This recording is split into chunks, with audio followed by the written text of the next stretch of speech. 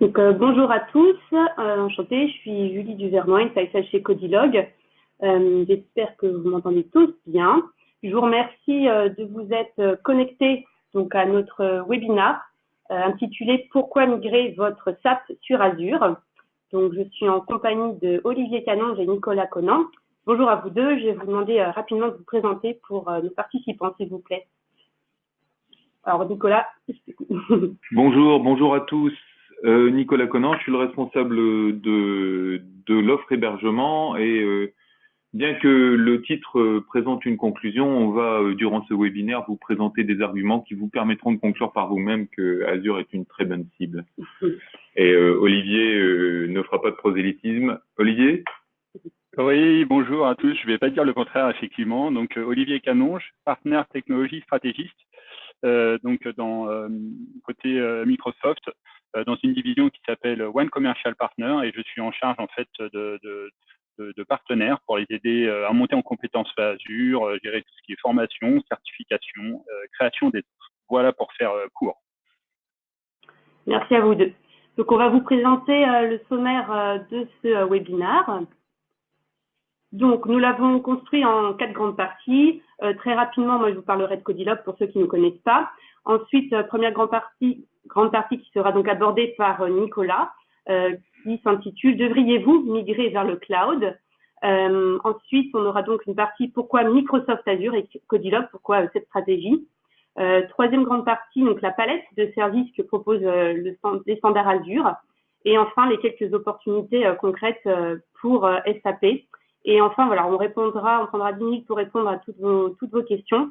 Si vous en avez, donc c'est sur l'outil dans questions. Nous, on prendra le temps de les lire au fur et à mesure et à la fin, on reprendra toutes vos questions pour pouvoir y répondre. Donc le premier point, donc qui sommes-nous? Donc, Codilog, donc ceux qui ne nous connaissent pas, nous sommes un acteur donc spécialisé dans ce qu'on appelle un pure player SAP. Donc, depuis plus de 20 ans. Donc, nous sommes la filiale SAP du groupe Neurone, qui est l'une des 10 premières ESN françaises. Donc, Neurone, c'est 5000 collaborateurs avec un chiffre d'affaires de 50 millions d'euros. Codilog, nous sommes partenaires de l'éditeur et bénéficions donc de plusieurs certifications, la certification VAR et PCOE. Nous sommes aujourd'hui donc 300 salariés, 100% SAP, et faisons par ailleurs travailler donc plusieurs dizaines de consultants externes comme des partenaires sur des marchés de niche SAP. Donc tout cela nous permet de générer un chiffre d'affaires de plus de 40 millions d'euros et d'avoir une croissance forte donc, tous les ans. Nous intervenons donc, sur plusieurs solutions, donc le RP, le CRM, PIPO, HR, donc avec SuccessFactors, le SRM, la BI, les workflows aussi, ainsi que certains verticaux comme AS Media, les AS Utilities et la solution All-in-One qui elle est dédiée donc aux PME ou aux filiales de grands groupes. Nous avons plusieurs centres de services, donc ceux cités sur la slide, Nanterre, Angers, Coutances, Tunis, mais aussi nous venons d'ouvrir dernièrement un centre de service à Amiens et bénéficions d'un pôle innovation assez important où on peut répondre à tout type de problématiques comme Fiori, S4HANA ou UI5. Juste une petite correction, c'est plutôt 500 millions d'euros le chiffre d'affaires du groupe Neurone. C'est ce que j'ai dit. C'est toutes mes excuses. C'est Codilog. Alors maintenant, je vais essayer de parcourir les différents arguments, ce que j'ai beaucoup entendu sur l'ensemble de nos clients et ce qu'on a rencontré au travers de notre expérience sur est-ce qu'on doit vraiment migrer vers le cloud? Alors, la première question qui revient de façon tendancielle et sur lesquelles les personnes ont de moins en moins de doutes, c'est est-ce que c'est une mode?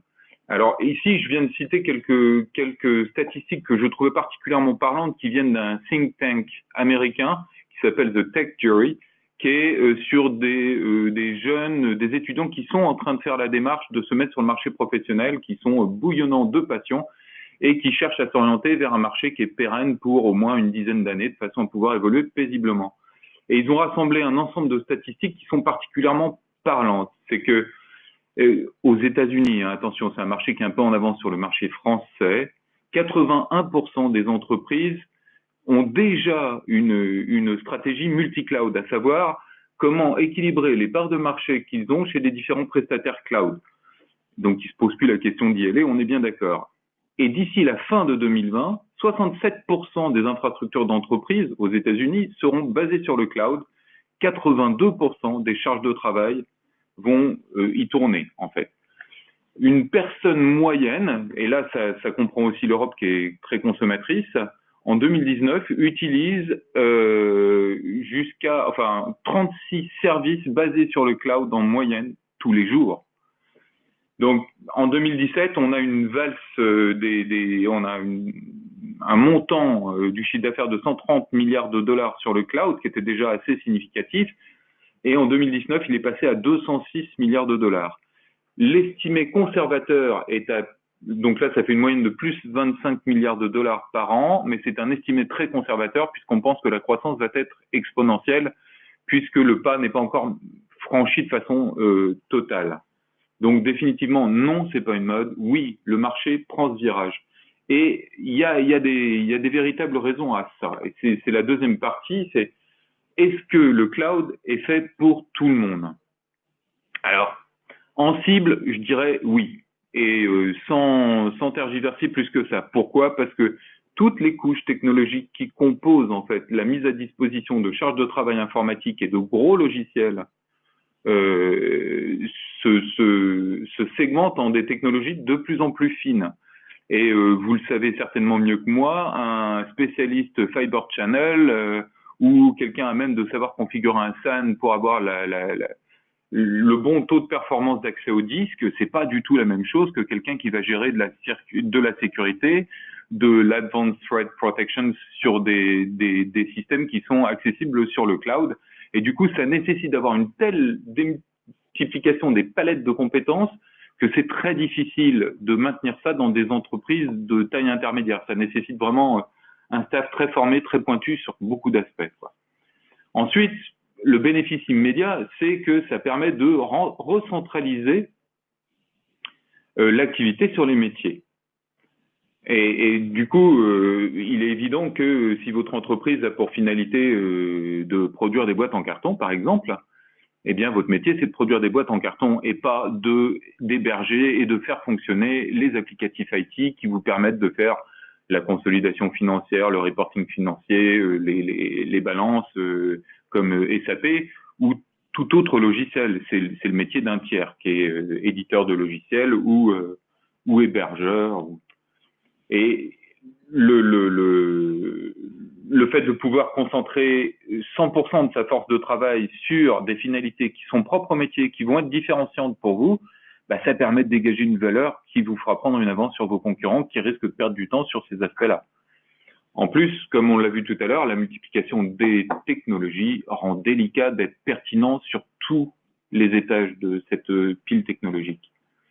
Ensuite, il y a un point, c'est un petit peu comme SAP où c'est un ERP fait pour tout le monde. Est-ce que l'approche unique proposée par le cloud convient à tout le monde? Est-ce que vous êtes fait pour du prêt-à-porter ou est-ce que vous avez besoin d'une solution designée par un vrai tailleur, du vrai sur-mesure? Eh bien, en l'occurrence, la réponse a été plus ou moins éludée par le cloud qui offre énormément de possibilités, et c'est ce qu'on va voir plus tard dans ce webinaire, sans prendre parti sur la façon de décliner et de contextualiser ces possibilités. Donc, il y a un point important qui est à prendre en compte, c'est que si aujourd'hui, vous avez dans vos équipes une force de travail qui est essentiellement composée de spécialistes en technologie, qui donc n'ont pas une grosse compétence sur le métier, ont une grosse compétence sur les technologies qui sont en train de bouillonner et d'évoluer, il est probable qu'avant d'adopter pleinement le cloud et d'en faire une règle de fonctionnement chez vous, vous deviez passer par des paliers de réadaptation du personnel pour passer plutôt d'un mode de mise en œuvre et de savoir-faire à un mode savoir piloter un prestataire extérieur. Et on va voir que c'est pas les outils qui manquent pour faire du pilotage financier ou technologique. D'ailleurs, en guise d'outil, une petite introduction pour savoir si Azure chez vous permet d'aller assez vite. Hop, on clique sur le lien et oups, et on vient là. Et ça permet d'avoir le temps de la performance entre votre machine et les différents data centers de Microsoft Azure, évidemment classés par ordre de performance. Alors ici, on est sur un nœud français, puisque c'est un peu spécifique, ce qui peut expliquer le fait qu'il y ait beaucoup de sites européens qui soient à des vitesses à peu près équivalentes à ce qu'on peut trouver en accès à la France centrale. Voilà. Hop. Évidemment, une fois qu'on accède au cloud, on accède à tous les bénéfices, à savoir des configurations répétables, la possibilité d'interagir avec de l'infrastructure as code au travers d'outils comme Terraform ou d'outils qui sont plus propriétaires Microsoft Azure avec les définitions de langage Azure. On passe d'un approvisionnement qui se fait en quelques heures, à partir du moment où on prend le temps de réfléchir à la configuration, l'image qu'on y met et de faire la post-personnalisation. Là où, pour ceux d'entre vous qui ont eu affaire aux appliances HANA, on parlait plutôt de 16 semaines de mise à disposition avec le cycle de commande, la post-personnalisation, la customisation sur site du revendeur, puis la livraison et l'installation dans vos data centres co-loués. Évidemment, on a la possibilité, grâce au Gateway API du monde cloud, de pouvoir tout automatiser. Et la surveillance, la prise d'action sur alerte, l'approvisionnement des configurations, les reprises, on va le détailler un petit peu plus tard. Et bien évidemment, vous sortez de la problématique technologique, à savoir que vous faites un investissement, vous êtes obligé d'obtenir des validations un petit peu partout pour faire un investissement massif qui doit pouvoir supporter la charge que vous allez avoir à 5 ans. Or, rares sont les entreprises d'aujourd'hui qui ont une visibilité à 5 ans sur l'évolution de leur charge en termes d'outils informatiques. Quand je dis rare, je pense à personne.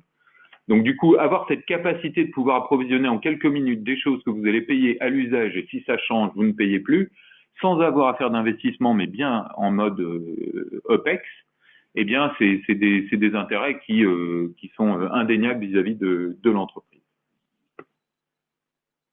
Alors, pourquoi Microsoft Azure et Codilog? Voilà, on n'a pas été très poli, on a commencé par Codilog, désolé Olivier, mais on pensait qu'on était peut-être légèrement moins connu que Microsoft. Donc, du coup, Codilog, nous, on est vraiment un pure player et on a une réelle expertise sur le monde SAP qu'on a équipé depuis maintenant 2 ans d'un volet hébergement.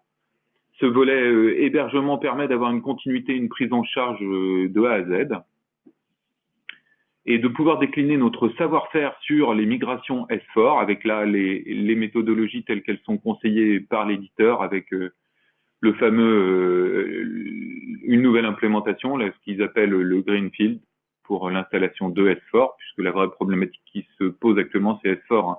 80% des clients qui ont SAP ont déjà commencé à essayer à réfléchir à leur stratégie de migration vers S4.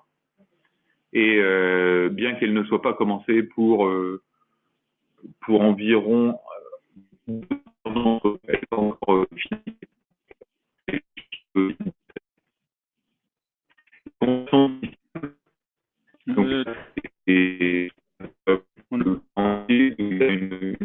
on t'entend très difficilement, Nicolas, on t'entend très difficilement. Je ne sais pas si vous avez...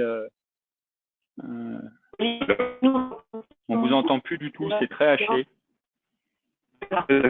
Allô? On ne vous entend plus. Est-ce que tu nous entends encore, Olivier? Mais écoute, continue à reparler un petit peu, mais c'est haché, j'ai l'impression. En effet.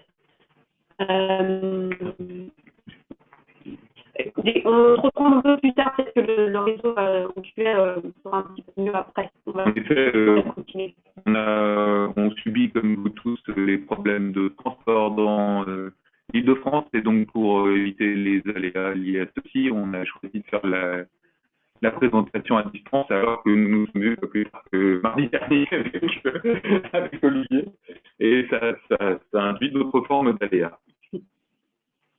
Écoute, ça a l'air d'être un peu mieux. C'est mieux, Nicolas. Ok. Ah, parce que le son n'était pas de bonne qualité. De votre côté, mais c'est mieux. Tu peux enchaîner, Nicolas, ça va. D'accord, ouais. Ok. Excusez-nous pour ce petit break technique.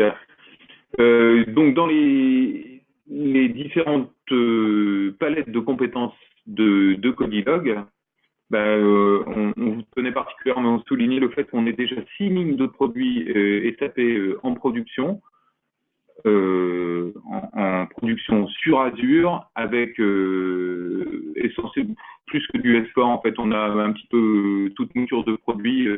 Il y a du S4, il y a du Solution Manager, il y a un ECC, enfin, il y a plusieurs expériences, et qu'on a été félicité par SAP en recevant un prix SAP dans le cadre du projet Radio France, qui est un projet on-premise, et dans le cadre du projet Mécaterm, qui est un projet 100% Azure, qui a été avec une migration qui s'est faite et un déploiement de S4 qui s'est fait dans un temps record. Et donc, on a eu un prix de célérité de déploiement avec SAP, dont je n'ai pas le nom exact, j'en suis désolé. On est aussi capable de pouvoir faire du conseil stratégique sur SAP qui vous permet de choisir l'approche qui, en fonction de la façon dont vous valorisez vos spécifiques, sera la plus pertinente dans votre contexte, puisque toutes les installations SAP s'agrémentent de spécifiques. Il y a beaucoup de choses qui changent avec S4.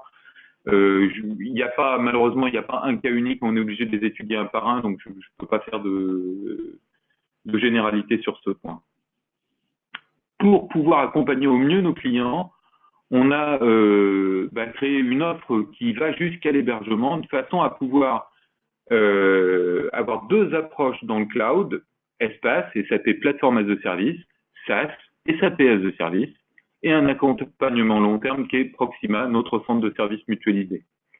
Donc, le espace, c'est le principe du lift and shift. Vous avez une installation, vous arrivez au bout d'un de vos investissements informatiques et finalement, vous hésitez à réinvestir dans un modèle qui va vous durer 5 ans, alors que le cloud, tout le monde en témoigne, a de plus en plus de maturité. Eh bien, vous faites le lift and shift dans le cloud et le reste de votre transformation, vous la ferez dans le cloud.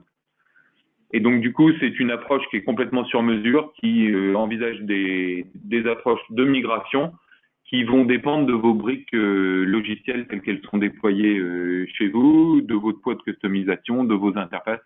Et ça nécessite un petit peu de cadrage, évidemment, mais on le déploie déjà assez allègrement actuellement.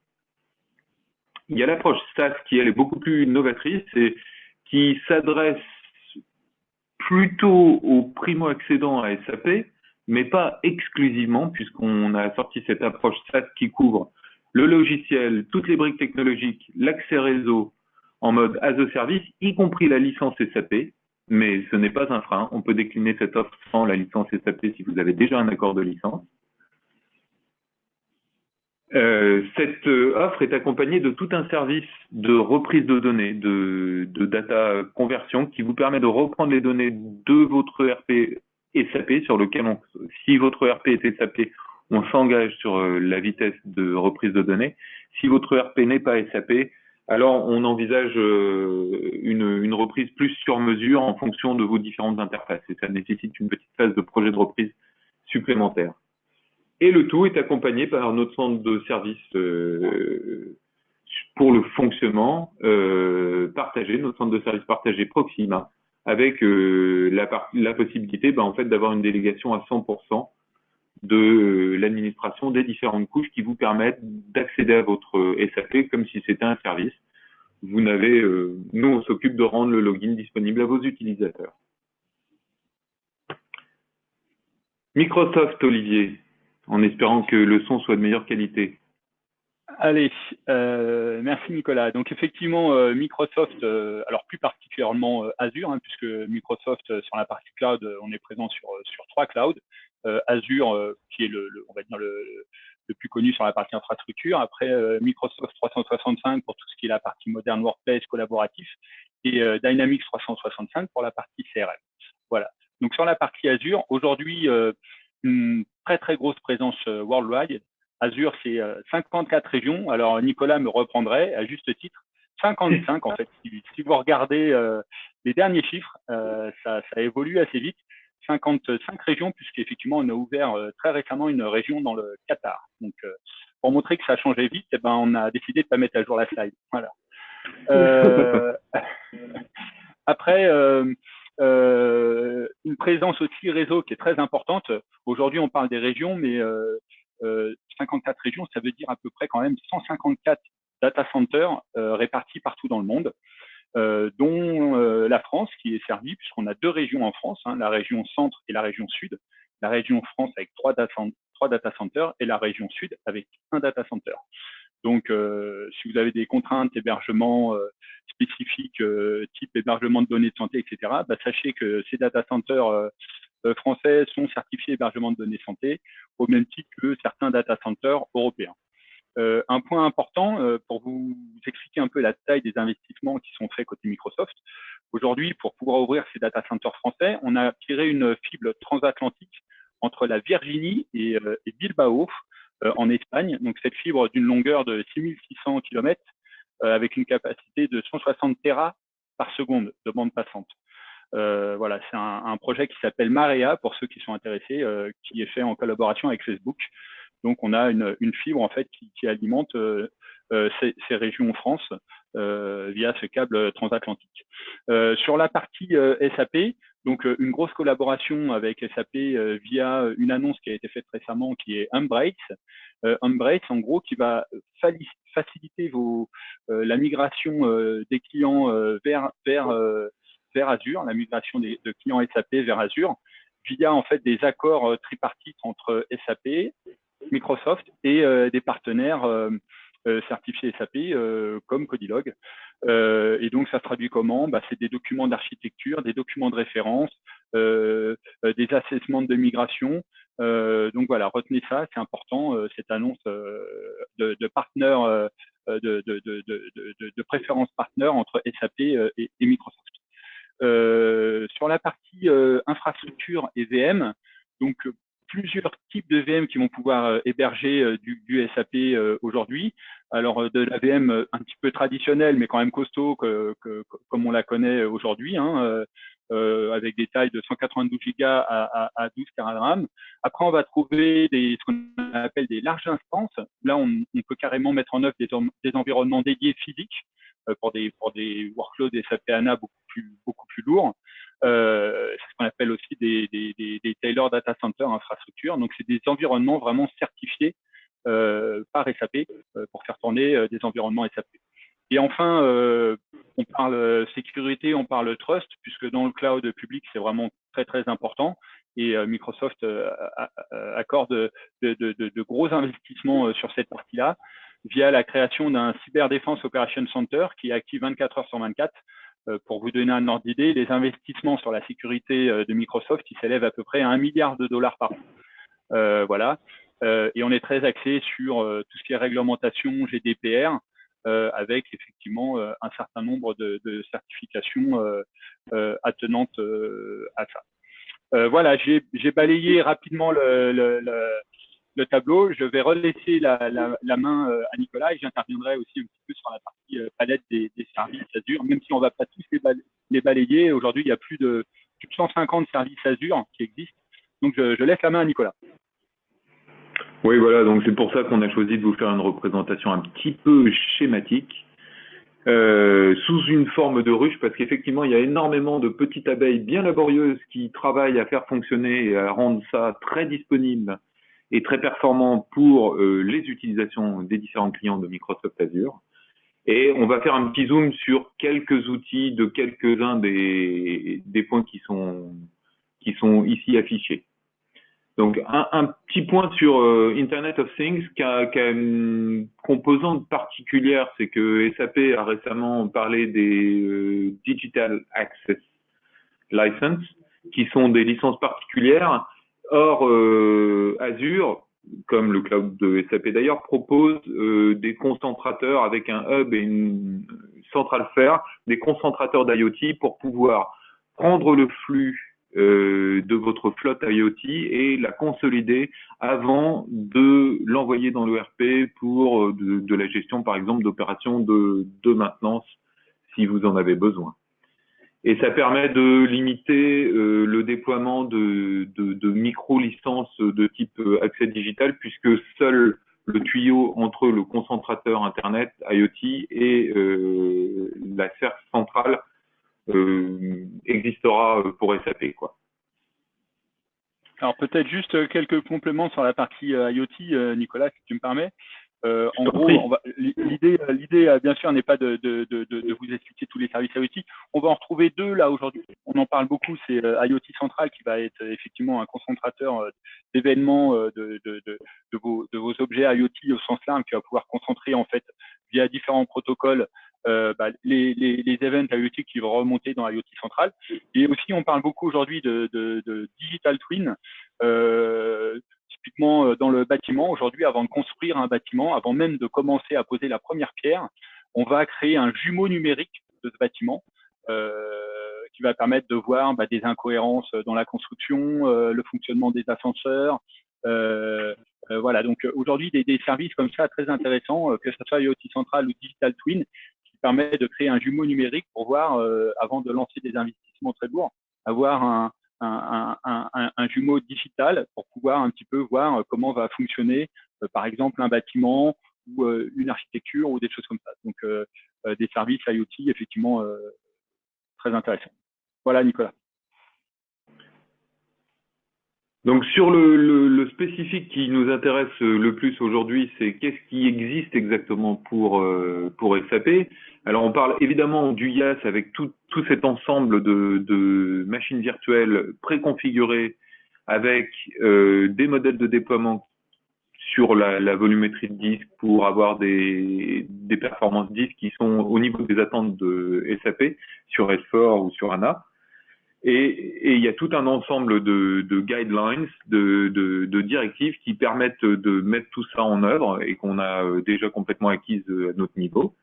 Il y a des tutoriels pour des mises en œuvre technologiques et on va l'illustrer un petit peu plus tard, donc je ne vais pas m'y appesantir pour l'instant. Il y a des architectures types qui sont des architectures types certifiées par SAP, co-développées entre SAP et Microsoft dans le cadre du contrat Embrace, et qui donne lieu en fait à des architectures par transverse métier, par vertical métier, qui sont les modes bonnes pratiques de la branche en question. Il y a toute une série, une bibliothèque de modèles Terraform ou de modèles pour tout ce qui est infrastructure as code qui permet de déployer directement sur la base des templates de Microsoft des machines virtuelles. Alors, il y a une partie qui est livrée par Microsoft et nous, on l'a enrichi d'une grosse partie, particulièrement dans notre modèle SaaS, qui est un modèle préinstallé, préconfiguré, qui intègre 100% des produits Codilog logiciels et qui intègre aussi tous les préparamétrages nécessaires au déploiement d'un client. Ce qui fait que sur un modèle SaaS, on déploie en une semaine toute la partie infrastructure et sur la fin de la semaine, c'est déjà la configuration des choses qui vous sont spécifiques, vos comptes bancaires, vos différentes BU, etc., qui se fait de façon à ce que, en très très peu de temps, on soit même de pouvoir livrer quelque chose qui permette de répéter les flux ou d'intégrer vos données particulières. Donc, il y a tout plein de solutions aussi au niveau du backup, des archives et de la reprise d'activité. Donc, on ne va pas s'apesantir pour l'instant parce que je vais le détailler un petit peu plus tard dans les opportunités directes pour SAP. Il y a par contre un produit sur lequel on tenait particulièrement à zoomer aujourd'hui, c'est le bureau virtuel.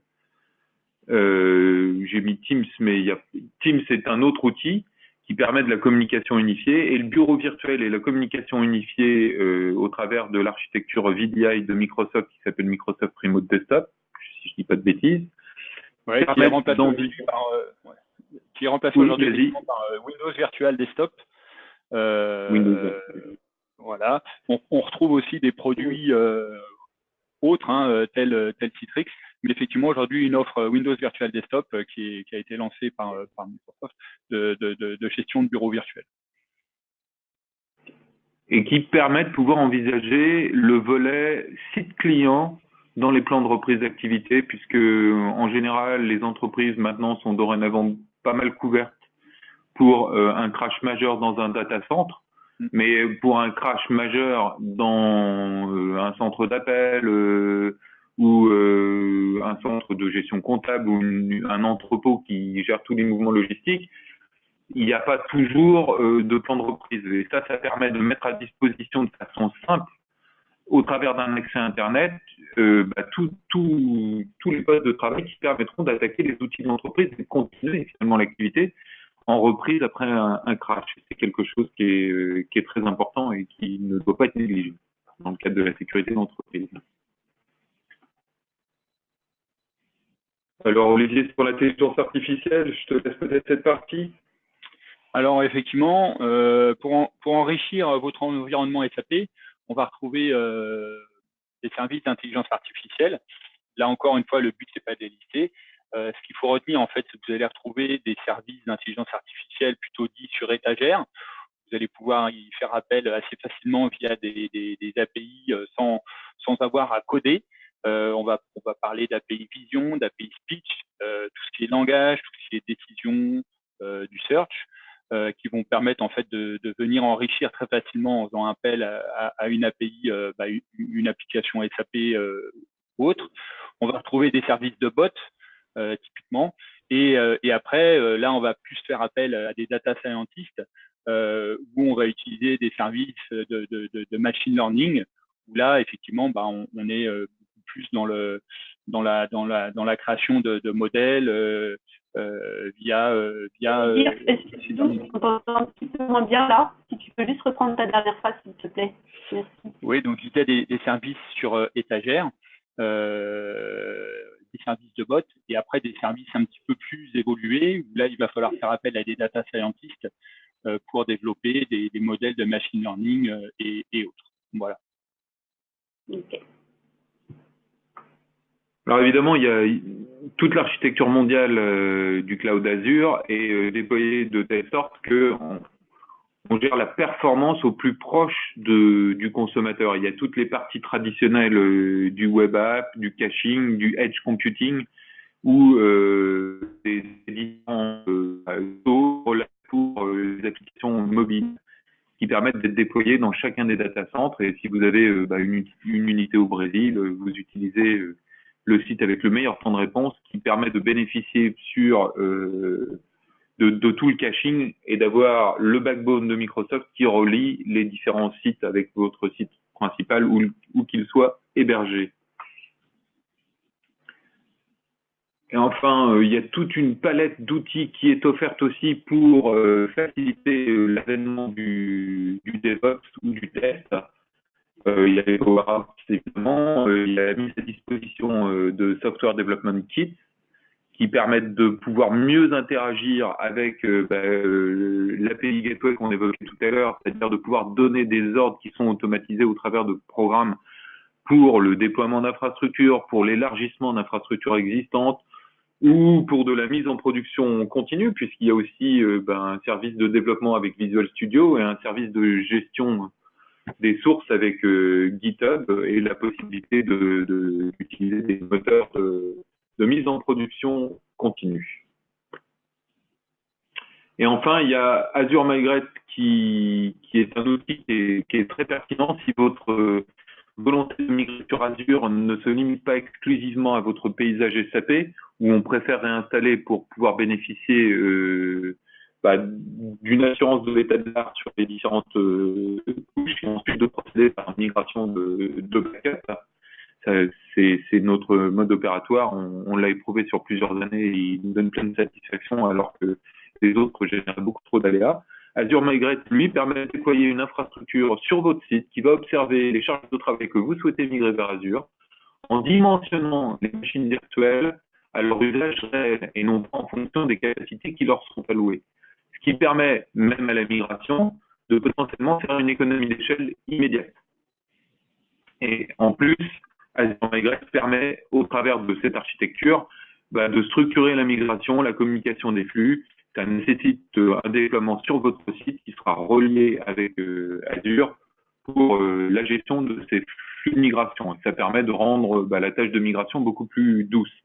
Donc, si vous avez des éléments connexes à votre cœur SAP, et ils peuvent tout à fait rentrer dans ce type de définition. Et donc, ça peut être intéressant. Pour préciser, Nicolas, Azure Migrate supporte des environnements VMware, des environnements Hyper-V et aussi des environnements physiques, en fait, en termes d'assessment. Voilà, tout, physique, virtuel Hyper-V, virtuel VMware, c'est vrai. Et dont certaines briques récentes. Alors maintenant, on va essayer de détailler quelques opportunités concrètes pour votre paysage SAP. Alors, il y en a beaucoup, mais on en a sélectionné quelques-unes qui nous semblaient être les plus pertinentes et avoir une valeur ajoutée particulière avec l'intégration cloud Azure. La première d'entre elles étant, pour ceux qui ne disposent pas pour leur site central, leur hébergement aujourd'hui de plan de reprise qui permet de reprendre dans un temps maîtrisé les activités autour de SAP sur une infrastructure de secours, eh bien, il y a la possibilité, grâce à Azure, d'avoir ce qu'on appelle un ERP as a service, c'est-à-dire un plan de reprise qui se nourrit au travers des sauvegardes.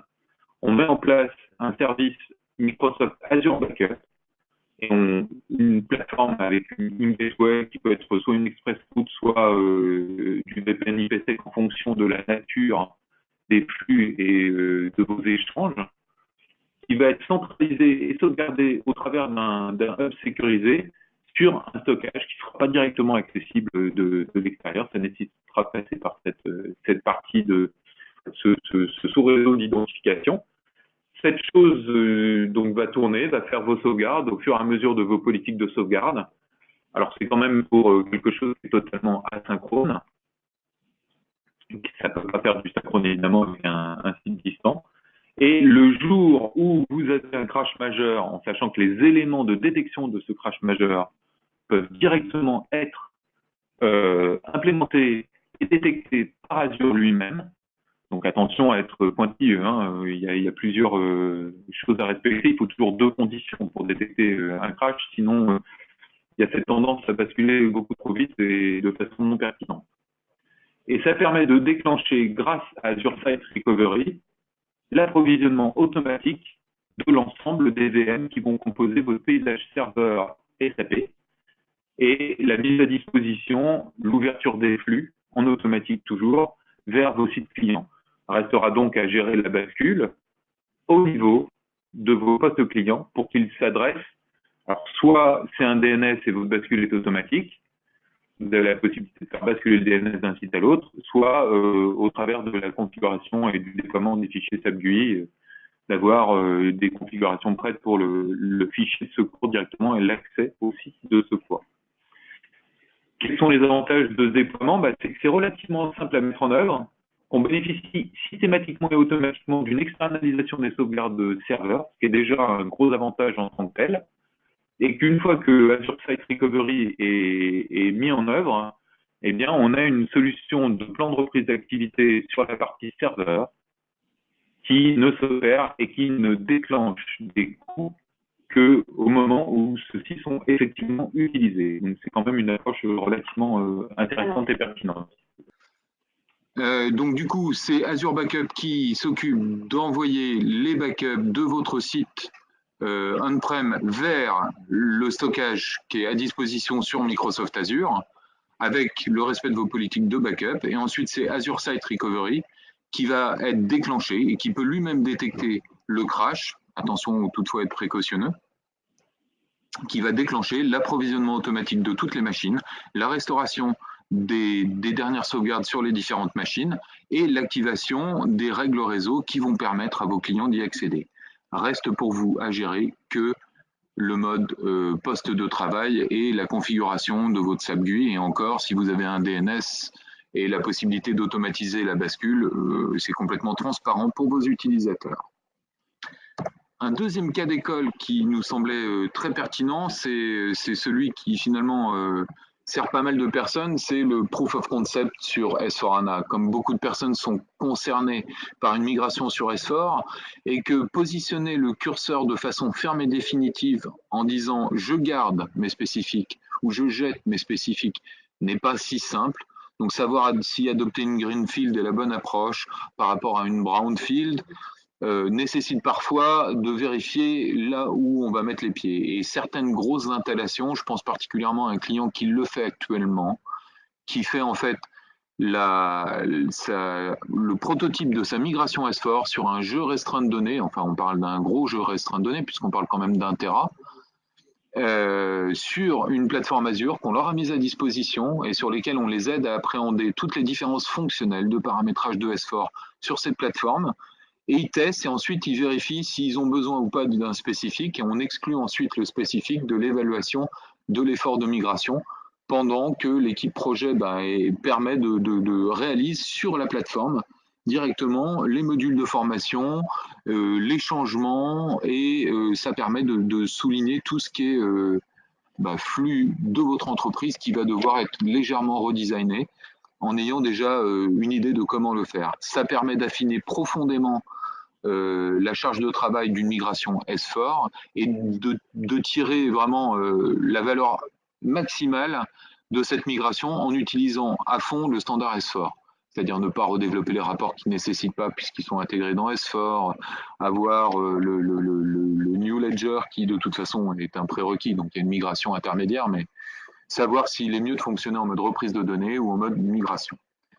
Donc le prestataire, enfin le client qui travaille ça actuellement est un gros client du domaine des matériaux et du BTP et c'est prochainement terminé. L'opération, il va pouvoir grâce à ça déterminer son chemin vers S4 et ses 3-4 ans d'investissement sur le domaine SAP. Enfin, un troisième point qui représente un intérêt fort sur le monde SAP et l'intégration du monde SAP, qui est une spécificité par rapport à Microsoft, c'est le single sign-on et faire que les utilisateurs n'aient pas besoin de travailler et de se connecter manuellement sur SAP alors qu'ils se sont déjà connectés à leur poste de travail avec le login Windows.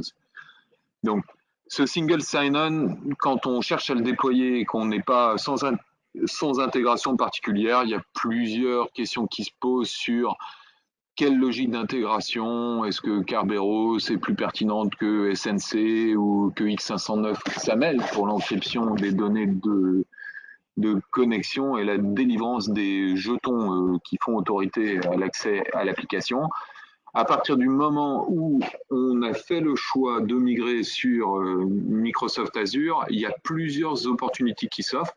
Soit une automatisation qui permet en fait directement d'avoir le WebGui et Fiori qui prennent la main sur le SAP GUI et du coup avec le simple connecteur AD de Microsoft, on est en mesure en suivant ce petit tutoriel de pouvoir accéder et configurer l'intégralité. Donc là, c'est sur ce tutoriel est un tutoriel Azure qui illustre un petit peu ce que Embrace a déjà fourni en termes de livrables, puisque ce sont des configurations qui sont certifiées, qui sont reparcourues avec SAP et qui permettent de s'assurer que l'état de l'art est conservé pour cette phase critique qu'est l'authentification. Il y a toutefois des limitations puisque là, ce n'est pas une interco SAP GUI qui sera sur votre site. Si vous avez une interco SAP GUI, alors vous êtes obligé de fonctionner avec un relais AD sur Azure qui vient absorber et s'interconnecter avec votre forêt locale. Et c'est plutôt ce deuxième tutoriel qui permet d'accéder en fait et de configurer votre paysage complet SAP pour faire du SSO avec AD et Azure AD.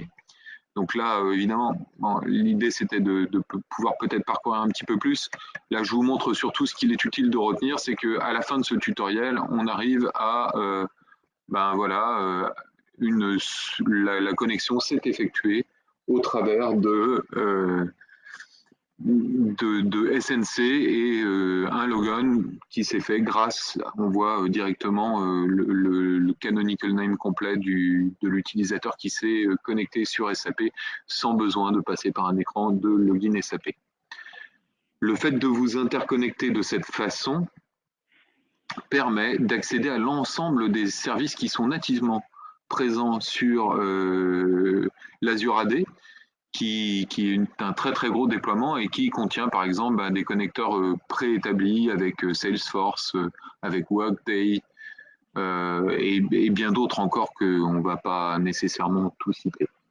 Bon, je suis sincèrement désolé puisqu'on a pas mal débordé et je passe la main à Julie. Voilà. Désolée encore pour les petits problèmes techniques, mais ça arrive, c'est comme des grèves, on ne maîtrise pas tout. Du coup, je crois qu'il n'y a pas de questions pour le moment. En tout cas, vous avez mes coordonnées.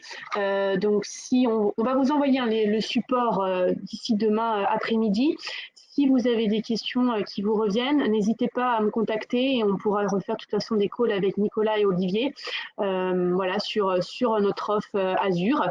En tout cas, on vous remercie à tous de vous être connectés à cette deuxième session et on vous souhaite bien évidemment une très bonne année 2020. À très vite pour un prochain webinaire ou un événement avec Codilog.